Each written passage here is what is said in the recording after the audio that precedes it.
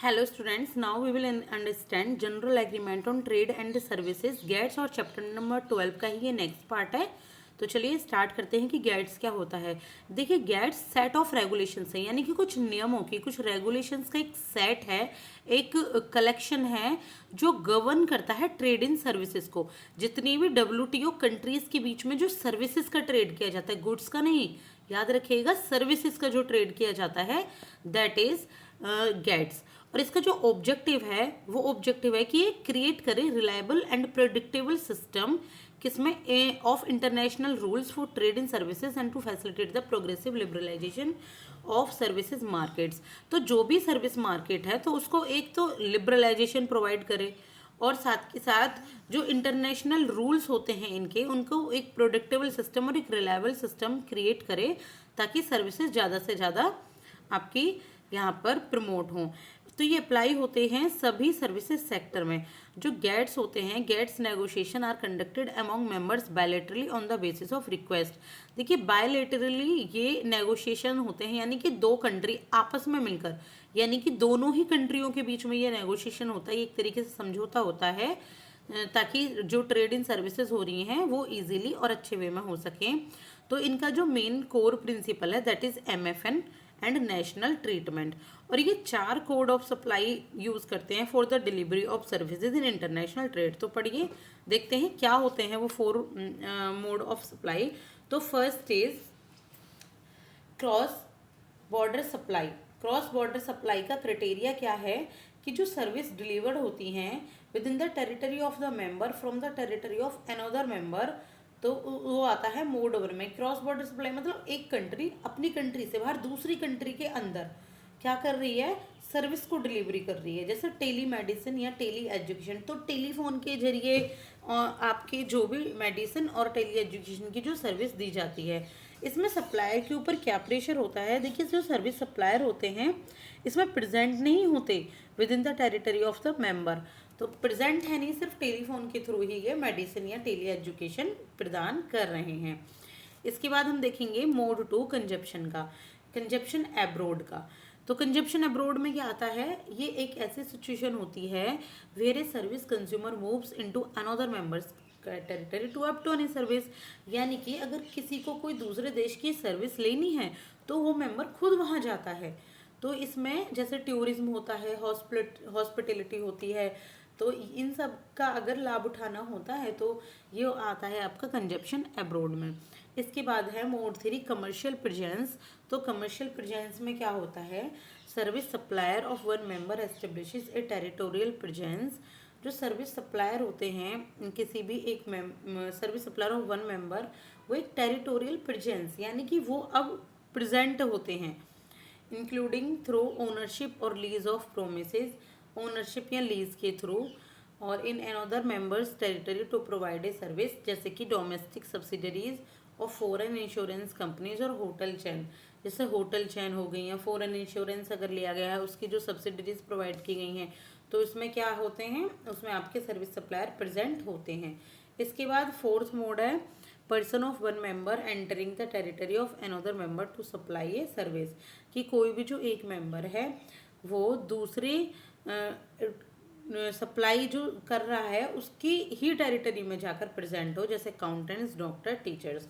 तो ये उसी की टेरिटरी में, सप्लायर्स की टेरिटरी में प्रेजेंट होते हैं। तो ये 4 कोड होते हैं किसके, गैट्स के। इसके बाद हम पढ़ेंगे गैट्स के बाद agreement on trade related investment measures, यानी कि ट्रिम्स के बारे में। तो ट्रेड रिलेटेड ट्रिप्स आपने पढ़ा था, वो इंटेलेक्चुअल प्रॉपर्टी राइट्स होते हैं और इसमें ट्रेड किससे रिलेटेड होता है, इन्वेस्टमेंट मेजर्स रिलेटेड। जो ट्रिम है वो क्या रिकॉग्नाइज करता है, दैट रिकॉग्नाइज दैट सर्टेन इन कुछ जो इन्वेस्टमेंट होती हैं वो मेजर करती हैं restrictions distort trade and thus WTO members may not apply any measure that discriminates again foreign products और that leads to quantitative restrictions. यानी कि इसमें क्या होता है, एक तरीके का एग्रीमेंट होता है कि इन्वेस्टमेंट से रिलेटेड जो भी रिस्ट्रिक्शंस हैं वो जितने भी WTO के मेंबर्स हैं उनके बीच में वो ना हो। इसमें कुछ प्रोविटेड ट्रिम्स भी अपनाई गई हैं लोकल कंटेंट रिक्वायरमेंट के लिए, और ये जो एग्रीमेंट होते हैं ये अप्लाई होते हैं इन्वेस्टमेंट मेजरमेंट के लिए सिर्फ और सिर्फ गुड्स के ट्रेड में, ना कि सर्विसेज के ट्रेड में।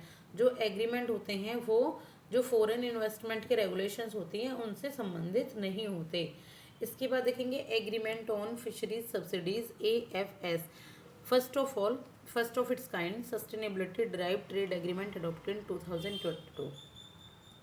फर्स्टली तो इसमें बताया गया कि जो सस्टेनेबिलिटी ड्राइवन ट्रेड एग्रीमेंट होता है वो ड्राइव किया गया था 2022 में, एंड ये सिर्फ सेकंड एग्रीमेंट है जो WTO का अपने इंसेप्शन अपने फाइनल पे पहुंचा है। फर्स्ट ट्रेड फैसिलिटेशन एग्रीमेंट जो था वो अडॉप्ट किया गया था 2013 में। AFS provides 3 kind of subsidies. 3 kind of subsidies होते हैं, इलीगल, अनरिपोर्टेड और unregulated fishing, fishing of already over exploited stocks, fishing on unregulated high seize.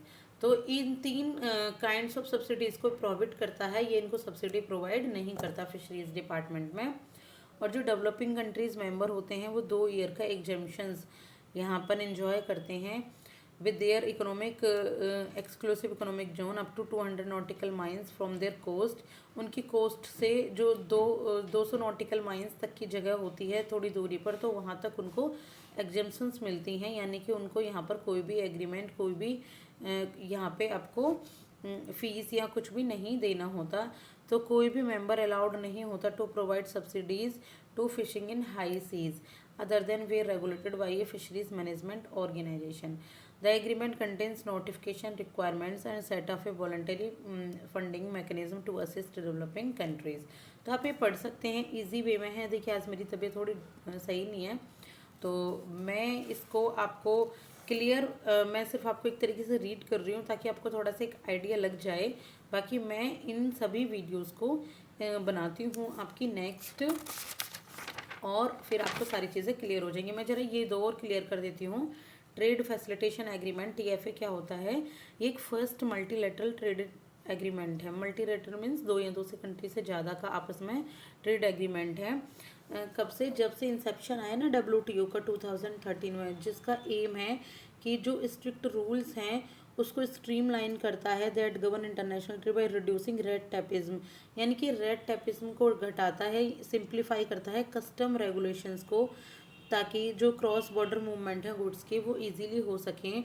ये कुछ मेजरमेंट भी सेट आउट करता है इफेक्टिव कोऑपरेशन के लिए between customer and other appropriate authority on trade facilitation and customs compliance issue. National committee जो होती है ट्रेड फैसिलिटेशन की वो चेयर की जाती है by the cabinet secretary, is an inter ministerial body that facilitate trade facilitation in India. इसके बाद है agreement on sanitary and phytosanitary measures. तो ये जो एग्रीमेंट होते हैं सैनिटरी एंड फिटोसैनिटरी मेजर्स के, ये एस्टेब्लिश हुए थे WTO के द्वारा 1995 में, और ये प्रोवाइड करते हैं गाइडलाइन WTO मेंबर कंट्रीज़ को कि वो उन मेजर को अडॉप्ट करें जो फूड सेफ्टी, एनिमल और प्लांट की हेल्थ से रिलेटेड हैं, और ये कंट्रीज़ को अलाउ भी करते हैं कि वो अपने स्टैंडर्ड बना सकें इन सबसे रिलेटेड। तो इसके बाद नेक्स्ट मैं बहुत इम्पोर्टेंट इसी चैप्टर का पार्ट मैं आपका स्टार्ट करूँगी नेक्स्ट वीडियो में। Thank you so much. Level करूँगी मैं इसमें इकोनॉमिक इंटीग्रेशन के। Please like and subscribe for more videos if you like it. Thank you so much.